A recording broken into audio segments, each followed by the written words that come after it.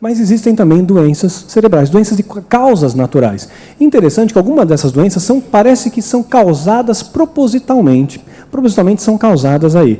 E é interessante que essa é uma pesquisa que fizeram recente, né? Chegaram à conclusão que o mal de Parkinson, né, que é uma das doenças do cérebro, ela pode ter causa num pesticida agrícola, né? Olha só, vou ler para vocês um trecho que eu peguei de uma revista científica, American Scientific. Diz assim: a ideia de que o mal de Parkinson é causado por algo que está no meio ambiente existe há décadas, mas as provas só vieram no início dos anos 80, quando descobriu-se em pesquisas com animais que as exposições à rotenona, pesticida frequentemente utilizado na agricultura orgânica, por ser feito com produtos naturais, pode inibir a agregação de proteínas, matando os neurônios que produzem dopamina, inibindo as organelas de produzir energia às células, levando a problemas motores. Trocando em miúdos, gera o mal de Parkinson, causado por um fenômeno ali, na própria um pesticida agrícola. Algumas dessas doenças, aparentemente, são causadas como que de propósito, né?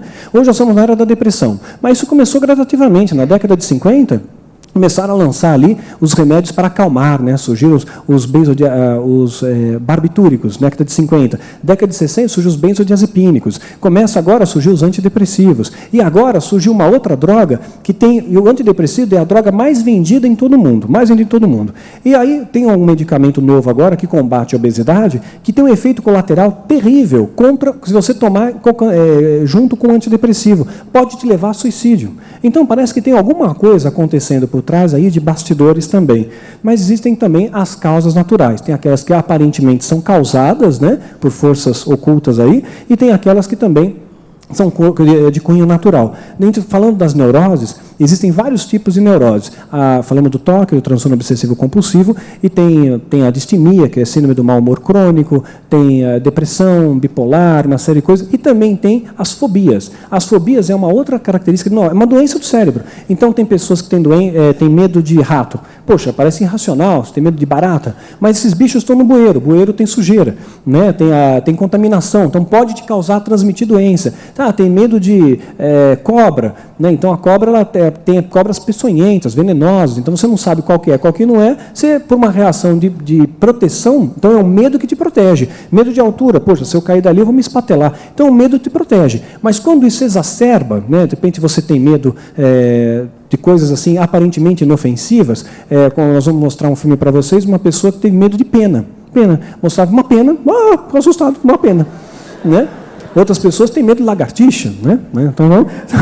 Então depende muito do tipo de medo. Algumas coisas são até irracionais. Então entra na esfera das fobias aí, né? Então Deus ele nos deu, através do conhecimento da medicina, né, conhecimento para tratar muitas doenças. Aquilo que o homem, através do conhecimento da medicina, não pode resolver, claro que Deus ele vai interferir, né? Desde que haja condições para Deus agir e não haja contaminação no seu coração. Então Deus ele vai agir no ambiente limpo, né? No ambiente limpo, não no ambiente contaminado, não no ambiente sujo.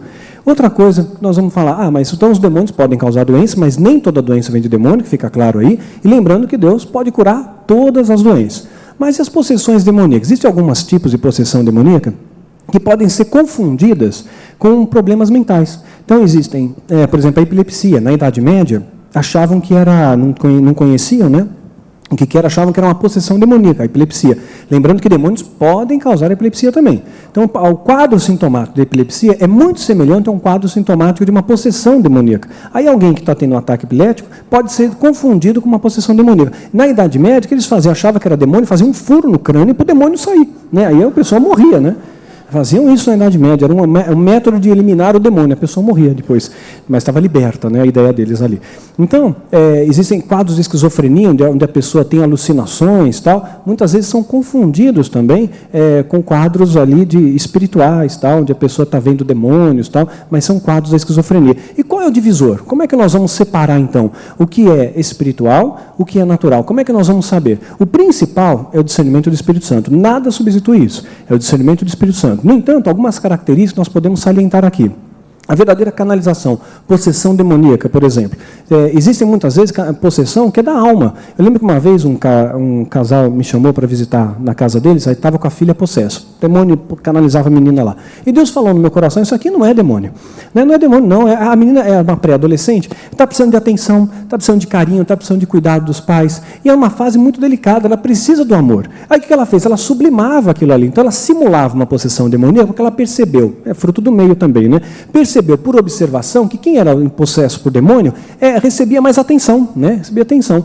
Então, se a pessoa está doente, não recebe visita, né? Em casa. Mas se tem um demônio lá, vai todo mundo lá para ver, né? Então, ela percebeu que ela recebia mais atenção se ela tivesse um demônio. Então, ela começou a aparecer, simular uma possessão demoníaca. E aí ela recebia atenção dos pais. Olha, nós vamos ficar com você, dorme com a gente essa noite. Recebia carinho, abraço, beijo, atenção, afeto, amor, né? E aí, como é que você vai explicar uma coisa dessa para os pais? Deus, então, nos deu uma estratégia. Vamos visitar a família, e falei para o André ali, que estava junto comigo, falei, André, faz o seguinte, leva um saquinho de plástico, e a hora que eu estiver orando ali pela menina, ela vai fazer que é o demônio, você pega e estoura o saquinho no ouvido dela.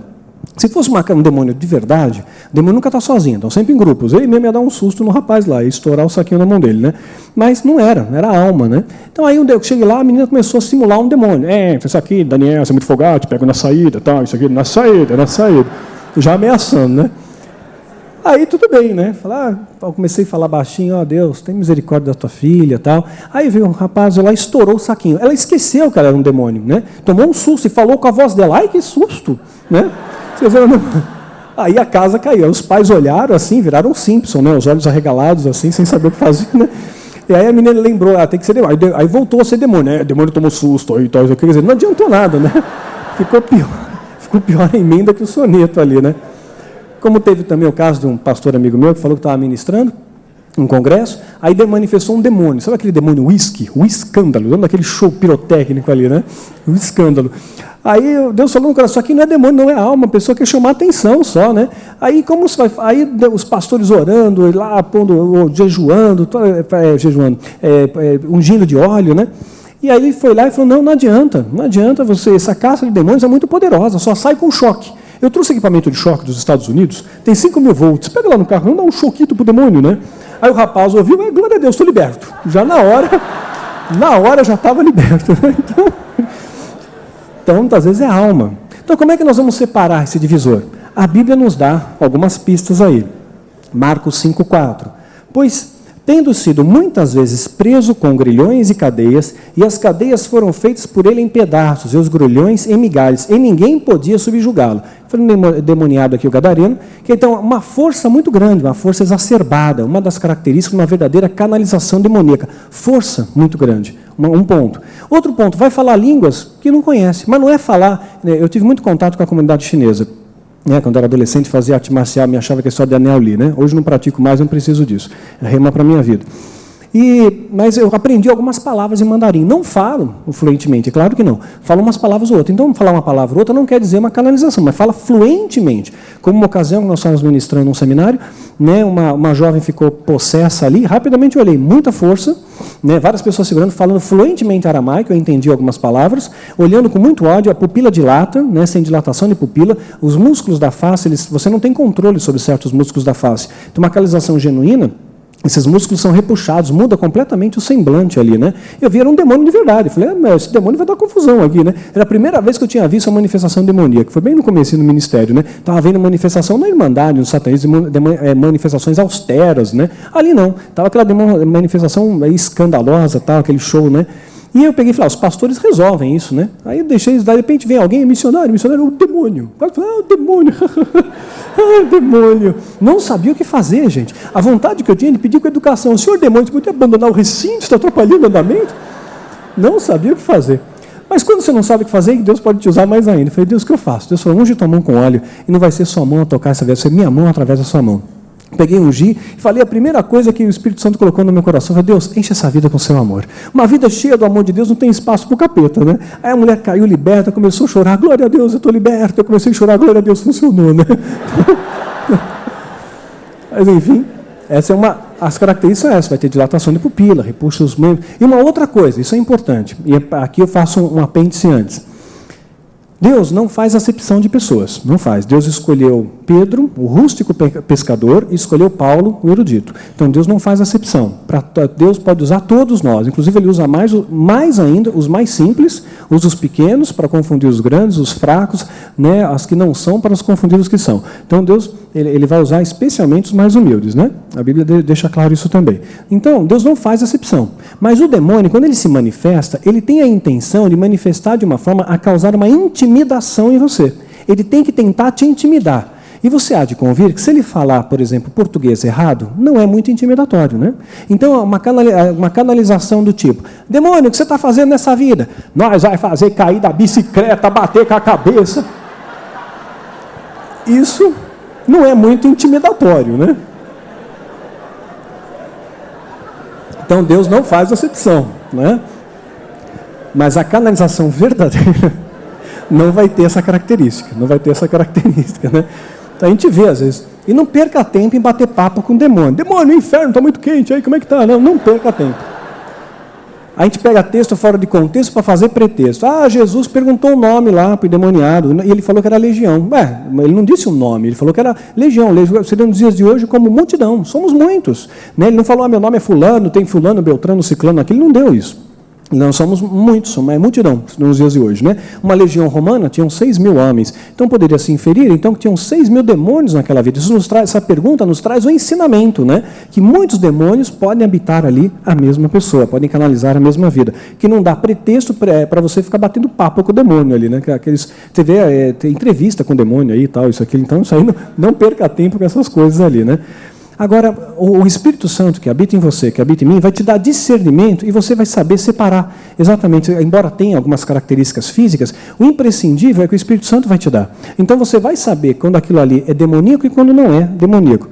O caso de Simão Mágico, Atos capítulo 8, versículo 9 a 11. Estava ali certo homem chamado Simão, que anteriormente exercera naquela cidade a arte mágica. E tinha iludido a gente de Samaria. Dizia ser um grande homem, e todos o atendiam, desde o menor até o maior. Todo mundo, olha o poder de persuasão, de engano desse mágico, né? Dizendo, esse é o grande poder de Deus. Eles os atendiam porque desde já há muito tempo os havia iludido com as artes mágicas. Artes mágicas. Há uma grande diferença entre mágica e magia, né? A mágica é o truque, tirar o coelhinho da cartola, né? É o truque. Né? A magia é usar de poderes sobrenaturais, auxílio de entidades demoníacas para levitar, por exemplo, né? E andar sobre águas e fazer outras coisas mais por aí. Há uma grande diferença aí. Existem simãos mágicos ainda nos nossos dias, enganando muita gente aí. Depois, continuando. Simão, vendo que pela imposição das mãos dos apóstolos era dado o Espírito Santo, ofereceu-lhes dinheiro, como se pudesse comprar esse poder e autoridade por dinheiro, né? Dizendo, dai-me também esse poder, para que aquele sobre quem eu impuser as mãos, receba o Espírito Santo. Pedro, porém, lhe disse, teu dinheiro seja contigo para a sua perdição. Por que pensaste que o dom de Deus se alcança por dinheiro? Não alcança, é algo conquistado, não é algo adquirido. Tem um outro exemplo interessante de um falso profeta ali, no livro de Atos, capítulo 3, versículos 6 a 12. Havendo atravessado a ilha toda até Pafos, acharam certo homem judeu mágico, de novo, falso profeta, chamado Bar Jesus, o qual estava com o procônsul Sérgio Paulo, homem prudente o homem, né? Este, chamando Barnabé e Saulo, procurava muito ouvir a palavra de Deus, mas resistia Elimas, o encantador, e assim também se interpreta o seu nome, procurando apartar a fé do procônsul. Olha a intenção do feiticeiro, do bruxo, do falso profeta. Afasta-te da verdade. Não escuta o que aquele homem está dizendo, não, ele está falando bobagem. Essa é a característica do feiticeiro, que muitas vezes se infiltra no nosso meio, né? Dos lobos que se infiltram no nosso meio. Não escuta, olha, não vai na igreja hoje não. Não. Olha, vamos para outro lugar, vamos para o cinema. Olha, vamos no parque, vamos fazer outra coisa. A igreja a gente vai amanhã. Uma vez eu escutei uma palestra numa empresa, quando eu trabalhava secularmente, e essa palestra acho que ela é replicada em várias empresas do meio secular, onde diziam o seguinte, as palavras não são exatas, mas o teor vai ser o mesmo. Se você quer ter alguma coisa que os outros não têm, você tem que fazer o que os outros não fazem. Você tem que estudar enquanto os outros estão tomando banho de sol. Você tem que estar trabalhando a mais enquanto muita gente está no happy hour. Você tem que fazer um plus. Então, você quer conquistar uma autoridade maior em Cristo Jesus? ore mais enquanto muita gente está dormindo, leia a Bíblia enquanto muitas pessoas estão vendo novela, vá na igreja, participe do teu ministério enquanto muita gente está no cinema, no jogo de futebol, isso, aquilo. Faça a diferença, você vai provar o poder sobrenatural e vida em abundância na tua vida. Faça a diferença.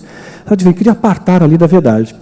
Todavia Saulo, que também se chama Paulo, cheio do Espírito Santo, fitando nos olhos dele, vê aqui, cheio do Espírito Santo, o discernimento do Espírito Santo é fundamental, e aí não apenas dá discernimento, mas dá autoridade.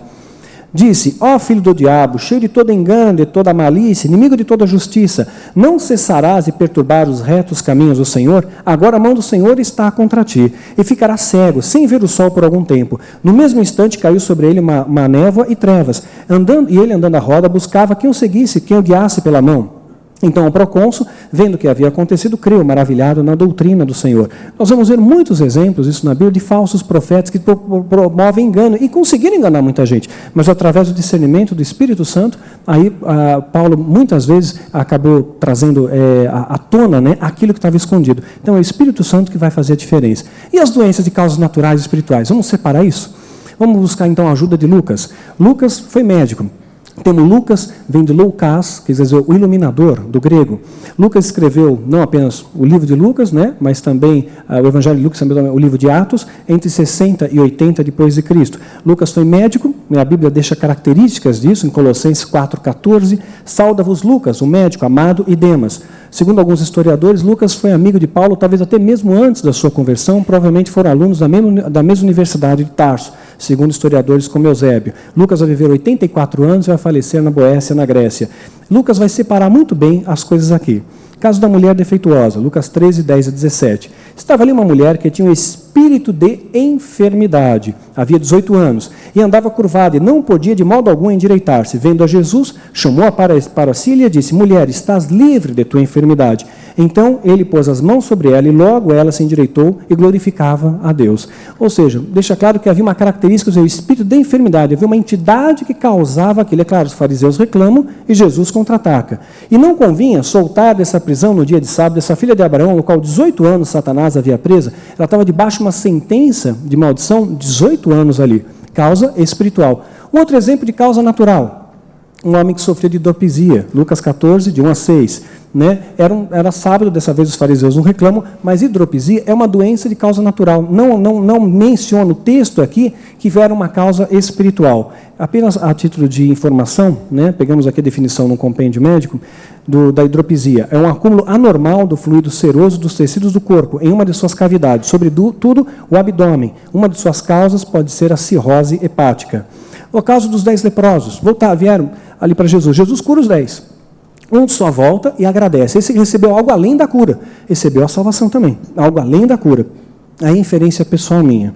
Né? Eu creio que aqueles outros, né, que não voltaram para agradecer, talvez a doença tivesse voltado para eles. Porque quando Deus ele cura, a glória é para Deus. A glória é para Deus. Não é para o homem, não é para a circunstância, a glória é para Deus. Eles não deram a glória a Deus. Mas aquele um veio, recebeu a cura permanente, né, e recebeu também ali a salvação. Mas não fala que era causa espiritual. Causas naturais ali. O rei Ezequias foi curado também, teve prolongado ali anos de sua vida, foi curado porque manifestação natural, não havia influência espiritual, descrito em 2 Reis, no capítulo 20.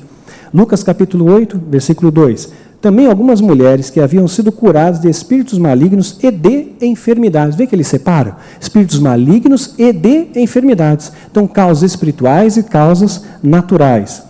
Aqui um outro exemplo também de casos de epilepsia que os demônios podem causar. Mateus 17,15. Senhor, tem misericórdia de meu filho, que é epilético e sofre muito, e muitas vezes cai no fogo e na água. Jesus vem, repreende o demônio, e esse saiu do menino, naquela mesma hora ele ficou são. Jesus curou. Causa espiritual. Marcos dá um adicional aqui.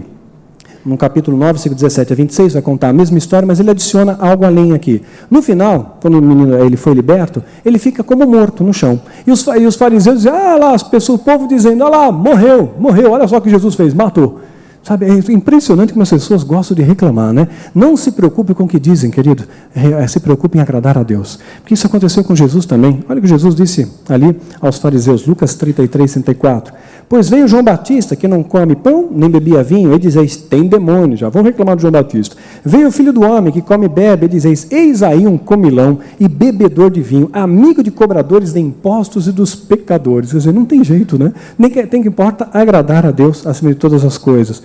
A palavra loucura, pirado mesmo, ela está na Bíblia, de forma literal, vem do hebraico shiganon, Deuteronômio 28, 28. O Senhor ferirá com loucura e com cegueira e com pasmo de coração. Zacarias 12, 4 também usa o termo loucura.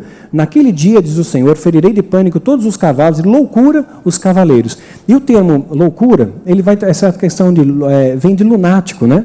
Lunático, louco. Lunático por quê? Desde a Idade Média acreditavam que a lua tinha influência sobre a natureza comportamental do homem. Então, noites de lua cheia, uma vez que ela tem influência sobre as marés, nós somos 67% água, teria uma influência comportamental no homem. Algumas estatísticas hoje, mundiais, apontam que alguns dos crimes mais hediondos aconteceram em noites de lua cheia, mas essa ciência ainda está sendo estudada, não há uma conclusão a esse respeito. Mas desde a Idade Média acreditava-se que a lua tinha influência sobre o comportamento humano. Por isso vem essa questão lunático associada ao termo louco. Nós vamos ver isso também na Bíblia também. Mateus 4, 24. Sua fama percorreu por toda a Síria, traziam todos os enfermos, né, em causas naturais, acometidos de várias doenças e tormentos, endemoniados, espiritual, lunáticos, louco, maluco mesmo de verdade, paralíticos, e ele os curava. Então tem as pessoas, né, com problemas, distúrbios mentais, loucos mesmo. Lembra até que Maradona, quando ele foi internado para se recuperar da cocaína, né, ele comentou ainda nos jornais ali, que ele estava lá no centro de recuperação, chegou uma pessoa para ele e falou, e aí, você quem é? Eu sou Maradona, Diego Maradona. Ah, prazer, Napoleão. Quer dizer, estava pirado lá, né? Então tem essas coisas. Mas são doenças também de causas naturais. Mateus capítulo 8, versículo 14 a 16.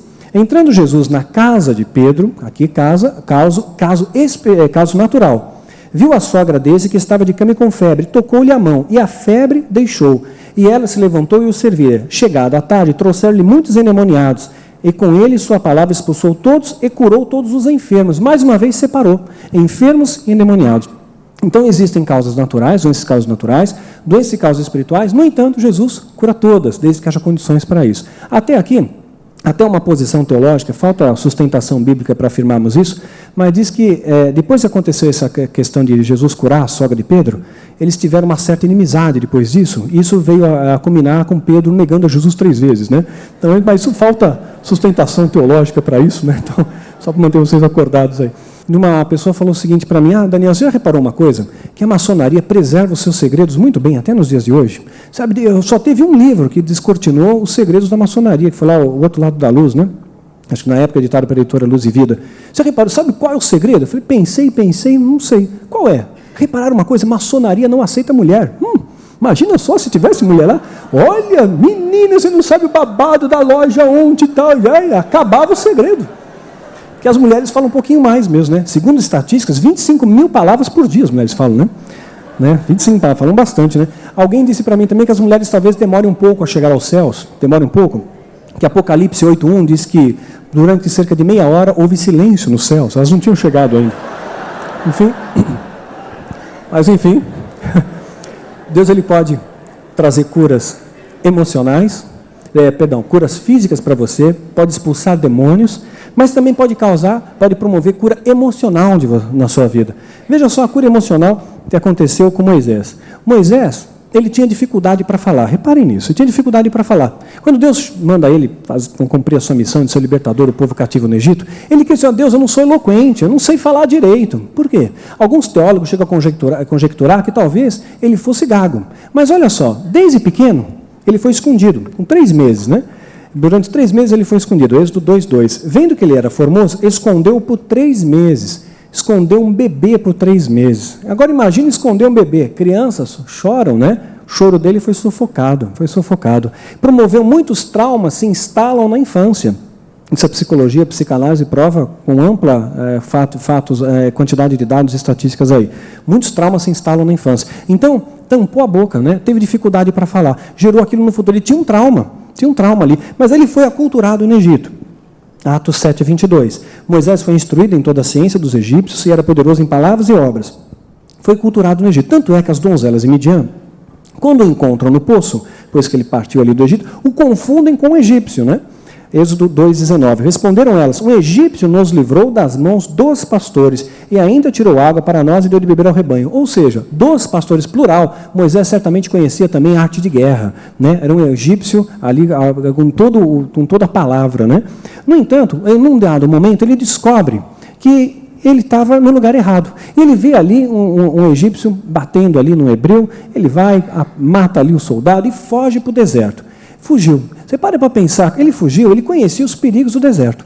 Quem é que, em sã consciência, largaria a opulência do Egito, o conforto do Egito, para ir para o deserto sem sequer levar água? Não há registro na Bíblia, nas Escrituras, que ele separou provisões, que ele fez uma mala, que ele levou algum kit de sobrevivência. Não, ele saiu, ele estava sob uma forte pressão emocional. Então, olha só o trato que Deus teve que fazer na vida de Moisés. Quando Moisés volta para enfrentar Faraó, ele está num processo de treinamento, né? Deus está usando ele pela graça, mas você vai ver depois da libertação do povo do Egito, Moisés no deserto, liderando o povo, é um outro Moisés. Ele tem uma outra autoridade, a maneira dele falar, ele foi curado. O trauma emocional dele foi curado. Deus ele pode curar traumas emocionais na sua vida. Aconteceu com José também. Mas José, chegando diante dos seus irmãos, os irmãos abrem um sorriso para ele, mas não estão contentes de ver ele, não. Estão contentes de ver ele se afastado do pai. Afastado do pai. Vão lá, joga no poço, vende por algumas peças de prata, vai ser escravo no Egito, 13 anos passa preso ali. Você acha que foi fácil para José? Claro que não. Se a gente disser que foi, vamos estar sendo hipócritas, né? Ninguém é herói da fé aos 17, 20 e poucos anos de idade. Ele passou por lutas, teve saudade, teve choro, teve tormenta, passou por dificuldade, ele com toda certeza passou dificuldade. Tanto é, quando ele chega para liberar, quando se encontra com seus irmãos, não foi fácil liberar perdão. Foi um processo, Deus teve que tratar no coração dele. Ele precisou sofrer o que? Cura emocional, para depois conseguir liberar perdão. Você não consegue liberar perdão se você não for tratado por Deus, não for curado por Deus. Então ele precisava ali tratar o que? Cura emocional. José foi curado por Deus. Então Deus ele pode curar suas emoções, pode curar suas doenças, desde que haja condições para isso, né? Condições. Deus opera em ambiente limpo. O diabo ele tenta te enganar, tenta te fazer acreditar que existe um peso sobre você, uma sentença, que tem maldição, embora a maldição exista, desde que você dê condições para que ela abrigue o seu coração, desde que você permita que ela entre no seu coração. Então, é claro, vai existir que você dê abrigo. O inimigo quer que você saia para a guerra, vai lá, sapateia, conquista isso, conquista aquilo, mas teu coração como é que está? Tua família como é que está? Tua igreja como é que está? Como é que está? Acerta primeiro ali. Eu lembro que nessas épocas de eleições, um pastor escreveu para mim e falou: Daniel, eu gostaria do seu apoio, porque Deus me disse que eu vou ser presidente da República em 2010. Não tenho nada contra a política, nada contra crente na política. Aliás, contra a política eu tenho, não tenho contra o crente na política, né? Então, pode ir, eu oro, abençoo, mas eu não me envolvo com isso, não quero me envolver. Rema para mim. Aí, Daniel, você não quer apoiar? Tá, eu falei, não quero apoiar, não quero me envolver com isso, não sinto paz nisso, né? Eu vou estar orando por você, vou estar intercedendo. Acho que o crente tem que ir em qualquer lugar onde tenha trevas, qualquer lugar. O crente tem que ser luz em qualquer lugar. Ali, então, vou orar, mas eu não vou me envolver, não vou fazer campanha, não quero me mexer com isso.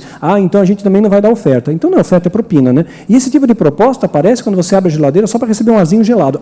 Refrescou, fecha. Deixa para mais tarde, né? É nessas horas que vem a armadilha, o diabo ataca na fraqueza, né?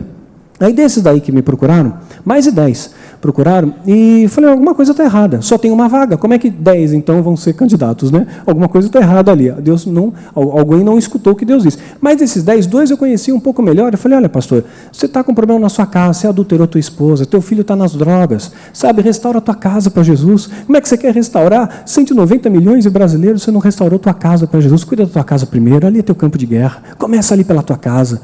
Outro pastor eu também conheço, a igreja dele estava dividida, uma igreja ali de 50, 60 membros, mas já está dividida, está machucada, está fragilizada. Falei, pastor, cuida do teu rebanho está dividido, está machucado. Você não está conseguindo cuidar de 50, 60 que Deus te deu. Você quer cuidar de 190 milhões? Calma, cuida ali primeiro. O inimigo muitas vezes quer fazer com que inverter o campo de guerra. Vai para a guerra, faz isso, faz aquilo. Ele fez isso na Inquisição, fez isso nas cruzadas, está fazendo isso nos dias de hoje. Campo de guerra, meu irmão, minha irmã, teu coração, tem que tirar o pecado aqui de dentro. O segundo campo de batalha é a tua casa. Transforma a sua casa numa fortaleza espiritual. Terceiro campo de guerra, nossas igrejas. Vamos praticar o cristianismo aqui. Vamos resgatar os princípios da igreja primitiva. Vamos ajudar uns aos outros, né? Se você tem tempo de fazer uma oração, dar um abraço, coisas tão pequenas fazem grandes diferenças, viu? Você tem o poder de fazer o bem, faça. Não deixa passar amanhã, não. Nas pequenas coisas. Né? Mas pequenas coisas Deus vai fazer diferença. Eu lembro como Deus tem sido fiel comigo, com minha esposa. nós queríamos muito provar no sobrenatural de Deus. Morávamos no Vale da Bênção, na missão Antioquia, em Araçariguama. Queríamos demais provar do sobrenatural de Deus. Em uma ocasião, por volta de umas 10h30, 11 horas da noite, recebemos um telefonema do pessoal lá da Irmandade do Satanismo. Era uma moça que tinha servido lá, também no Engano Comigo, nós demos nome no livro de Samanta. Ela ligou e falou, olha, Daniel, eu quero aceitar Jesus, quero muito aceitar Jesus, quero de Jesus agora. Fiquei muito contente, Isabela pegou na extensão, começamos a orar com ela, ela falou, tenho certeza, eu vou morrer hoje, mas eu vou estar nos braços de Jesus, eu vou estar lá no paraíso. Eu falei para ela, não, Samanta, que bobagem, olha, Deus tem muita coisa para a sua vida. A Isabela ainda falou, venha para a nossa casa, pega um táxi, sabe o nosso endereço, vem até aqui, né? E ela, veementemente, não, eu sei que eu vou morrer, mas eu quero aceitar Jesus, porque eu vou lá para Jerusalém Celestial. E ela falava isso com muita convicção. Oramos, ela aceitou Jesus. Foi um momento lindo, ímpar, assim, eu não tenho palavras, vocabulário para expressar o que foi aquele dia, mas no meio da ligação, ela terminou, aceitou Jesus, terminamos a oração, escutamos um estrondo, algum batimento de porta, janela, não sei, alguma coisa bateu com força, e de repente a linha caiu. É lógico, minha cabeça pirou, né? Fiquei aquela noite inteira pensando, Senhor, o que aconteceu? Passaram-se alguns dias, haviam 2 sacerdotes, os Órdico e o Taulês, que nos incomodavam muito, né? Eles faziam encantamentos, mataram nossos animais, enfim, houve um processo de aprendizado também. Hoje, né, aprendemos algumas coisas, e vamos aprender muitas até o final da vida, né? Tem muita coisa para a gente aprender ainda, ninguém atingiu o platô aqui não, mas hoje o diabo não toca nem no bigode do meu gato, aprendemos algumas coisas, né? De princípios esses que a gente divide aí nos seminários. Então, aí, aquela moça, o que aconteceu com ela? Eles ligaram para nós e começaram a falar de uma maneira sórdida, né? Que eles tinham matado ela, tudo, e Deus falou no meu coração, fala para ele, prega a minha palavra. Eu falei para aquele homem, falei, olha, Jesus te ama. E foi pela capacitação do Espírito Santo, porque a minha vontade não era dizer isso para ele, não. Foi pela graça de Deus que eu consegui dizer aquilo. A vontade que eu tinha de dar um soco nele, né? Mas o Espírito Santo me trouxe paz ali, né? E eu falei, olha, Jesus te ama e pode mudar a sua vida. Transformou a minha, pode mudar a sua também.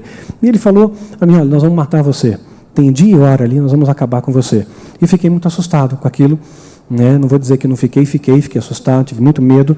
Deram dia, deram hora, marcaram a data e foi passando os dias, né? Claro, procuramos não pensar naquilo, né? E quando foi chegando mais perto, nós começamos então a pedir ajuda para algumas pessoas. Falei, olha, a gente poderia passar a noite na sua casa, né? Porque o satanista quer pegar a gente, não? Ah, não, irmão, não precisa, não, fica aí mesmo, Deus te guardará, né?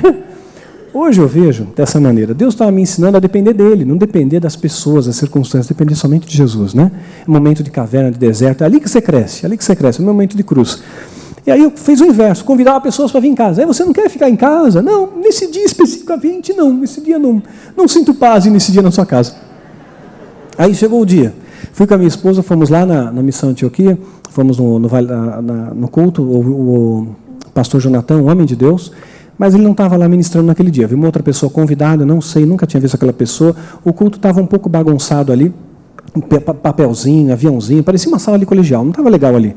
Aí eu falei para Isabela, vamos embora, vamos para casa. Na época, hoje está asfaltado, bonitinho lá, mas era tudo terra naquela época. Fomos andando, nós estávamos caminhando para casa, e aí o céu estava escuro, né, ameaçando uma tempestade. Aí no meu coração, Senhor, realmente, se hoje é o dia, se o Senhor realmente vai me levar, porque Deus, na sua onisciência, sabe de coisas que eu não sei. De repente, na onisciência de Deus, eu sabe que amanhã ou depois eu vou fazer bobagem, vou escandalizar o Evangelho, então é melhor que me leve agora mesmo. Aí eu fui caminhando, já certeza, Deus vai me levar hoje. E junto com a Isabela, Senhor, eu sei que Deus vai levar, então eu te peço uma coisa, paizinho, ó, que seja rápido, que não doa nada, dá uma anestesia espiritual, né? A gente vai logo nos seus braços, né? E ali, chegando mais perto de casa, nossa oração mudou. Ó, Senhor, realmente, se hoje é o nosso dia, nós entregamos nossas vidas no teu altar, mas te peço uma coisa, pedido que eu faço até hoje para Deus. Se for levar, paizinho, leva os dois, leva eu e minha esposa, não separa a gente não. Leva os dois juntos, né? Eu não ia ser muito difícil continuar a caminhada sem minha auxiliadora. E aí, quando eu entrei na minha casa, cruzei o portão ali, fui invadido por uma paz assim que transcende entendimento. Eu não tenho vocabulário para expressar isso. Transcende entendimento, uma paz, uma tranquilidade. E Deus falou no meu coração, filho, nenhum mal vai chegar à tua casa. Nenhum mal vai chegar à tua tenda, eu estou te protegendo, estou te guardando. Eu falei, Senhor, eu sei que o Senhor está aqui me protegendo, mas você pode me dar um sinal, por favor, né? Não que você tenha que depender de sinais, né? Mas aquele dia eu precisava de um sinal. Deus teve misericórdia da minha vida e abriu minha visão. Eu vi minha casa cercada dos anjos do Senhor. Queridos, eu nunca mais vou esquecer essa visão. É algo real, é verdadeiro. E aí, falei, Isabela não viu, mas sentiu a presença dos anjos. E Deus falou no meu coração, hoje estou enviando meus anjos portadores de males. Você está no Salmo 78. Os mesmos que foram lá no Egito, os mesmos que derrotaram o exército de Senaqueribe, esses anjos vão lá, vão destruir aqueles que têm atacado sua vida. Esses sacerdotes nunca mais vão te incomodar. E eu, então, tinha plena certeza que aquilo iria realmente acontecer. Falei, mas Deus, me dá um sinal, por favor, né?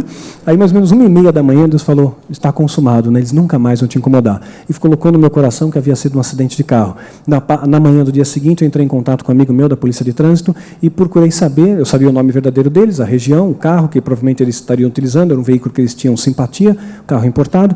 E realmente havia um boletim de ocorrência com 2 homens, nomes, idade, tudo bateu, o horário também, o carro colidiu com postes, os airbags não dispararam, não houve uma causa, uma explicação racional, mas eu vejo ali mão de Deus na minha vida. E eu vejo que aí ele imprimiu esse boletim, tem até hoje isso, e não é, para mim não é um troféu não, mas é uma pedra memorial. Quando eu olho para aquilo, eu sabe, Deus fez, me livrou e vai livrar tantas quantas vezes forem necessárias. Nosso Deus pode todas as coisas, nada fica fora disso. Nada fica fora. Louvado seja esse Deus.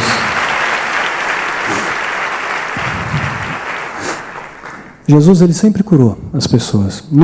Estudando a palavra de Deus, não há um versículo de alguém que foi pedir, Jesus, me abençoa. Jesus disse não. Jesus sempre está com a mão estendida para abençoar, desde que haja fé no teu coração e haja ambiente para isso.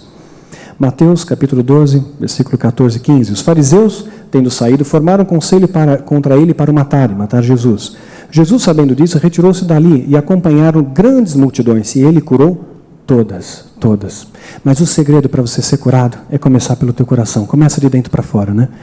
Começa de dentro para fora. A cura começa ali no seu coração. Por isso, quando você pegar numa concordância bíblica, quantas vezes você vai ver ali a palavra alegrar-se. Tem alegria, a alegria do Senhor é tua força, né? Fizeram uma pesquisa com freiras, né? E perceberam que as freiras, elas têm a mesma indumentária, moram na mesma casa, comem a mesma comida, mas as freiras mais alegres vivem 10 anos mais do que as suas colegas melancólicas. Então a alegria, ela traz longevidade da sua vida, né? Então, é por isso que Jesus quantas vezes diz para você e para mim, tem bom ânimo, mesmo no momento da tribulação. João capítulo 21, versículo 3 a 4. Disse-lhe Simão Pedro, vou pescar. Disseram-lhes eles, nós também vamos contigo. Eles eram pescadores profissionais, sabiam o que estavam fazendo. Saíram e entraram no barco, mas aquela noite nada apanharam. Cedo de manhã, Jesus se apresentou na praia. Já estava ressurreto, aqui já era a 3ª vez que ele aparecia. Mas os discípulos não reconheceram que era Jesus. Então Jesus lhes disse, e Jesus deve ter falado alto, deve ter gritado, ele estava a uma distância ali de 200 côvados de distância, que dava 900 metros de distância, quase 1 quilômetro ali. Filhos, tendes alguma coisa para comer? Respondeu-lhes, não. Disse-lhe Jesus, lançai a rede à direita do barco e achareis. Lançaram então, e já não podiam tirar a rede, por causa da quantidade de peixes. Imagina só, talvez Deus hoje esteja falando com você, meu irmão, minha irmã. Olha, você precisa jogar a rede de novo. Olha, mas eu já tentei tantas as coisas. Eu já passei a madrugada inteira, eu já passei minha vida inteira lutando pelo meu casamento, lutando para o meu filho voltar para os braços de Jesus, lutando para Deus me honrar ali no ministério, para que aquela promessa seja cumprida, lutando e clamando a Deus para aquela cura emocional que eu não consigo me libertar, que eu não consigo liberar perdão para aquela pessoa que me ofendeu, que eu não consigo tirar aquele pecado do meu coração. Já tentei tanto. Os discípulos também tentaram. A noite inteira eles tentaram, eles eram expertos, sabiam? Eles eram pescadores, mas eles obedeceram à voz de Deus. Quando Jesus disse, joga a rede, eles jogaram. E se você tiver fé para jogar a rede no mar, muitas vezes, mar de desesperança, de dificuldade da vida, você vai colher uma rede cheia de bênção, cheia de prosperidade, não necessariamente prosperidade financeira, mas prosperidade de alegria, de paz, porque isso é algo que transcende o nosso entendimento, né? É algo que transcende o entendimento humano, é algo que só Jesus pode te dar, paz e alegria. A gente acha que dinheiro, felicidade, que a felicidade está agregada ao dinheiro, não está. A poder, a beleza, Elvis Presley tinha tudo isso, né? Tinha dinheiro, beleza, fama, tudo, o que adiantou? Morreu aos 42 anos de idade. Tanta droga, enxou de tanta droga ali. Marilyn Monroe, referencial para muitas mulheres de beleza, de dinheiro, de glamour, de prestígio, etc. E fama. Aos 36 anos morreu. Né? Aos 25 já tinha tentado suicídio 5 vezes. Não, só Jesus pode trazer alegria que transcende o nosso entendimento. Jesus, ele pode mudar a tua vida, mas logo tem que dar um passo de fé. E o passo de fé é jogar rede. Joga a rede e você vai ser restaurado por esse Jesus maravilhoso. E sua vida há de ser transformada pelo Criador de todas as coisas. É o mesmo Deus, Deus não mudou. O mesmo Deus que curou os enfermos, Né? O mesmo Deus que ressuscitou os mortos continua agindo nos dias de hoje. E a palavra diz: onde 2 ou 3 estiverem reunidos, Ele ali estará, e hoje Jesus vai manifestar o poder na tua vida.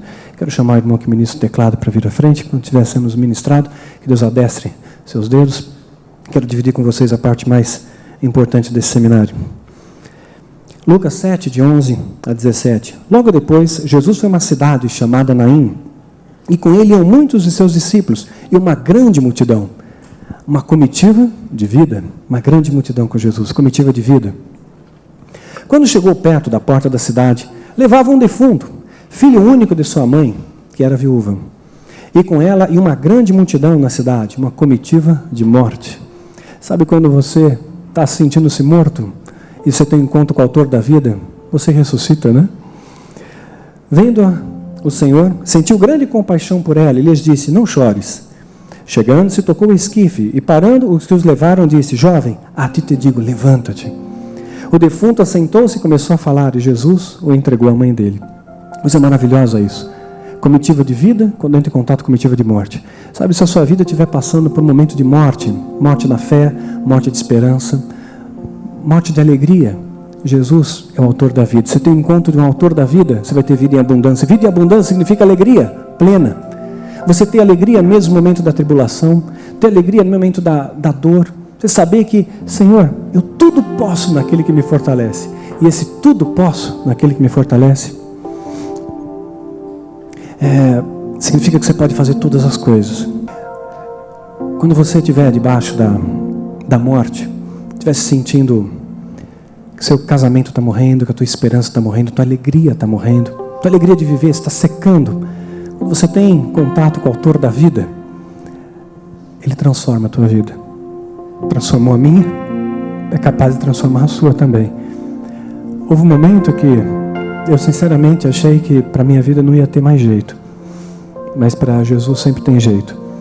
Uma vez um pastor disse para mim e falou: você consegue imaginar o tamanho desse Deus? Eu falei: não consigo imaginar, é infinito, criou céus e terra, criou todas as coisas. Pois esse é o mesmo tamanho do vazio que tem alguém sem Jesus. É um buraco que nada preenche, só Jesus preenche. Hoje Jesus pode entrar na tua vida e fazer algo sobrenatural, acima do natural.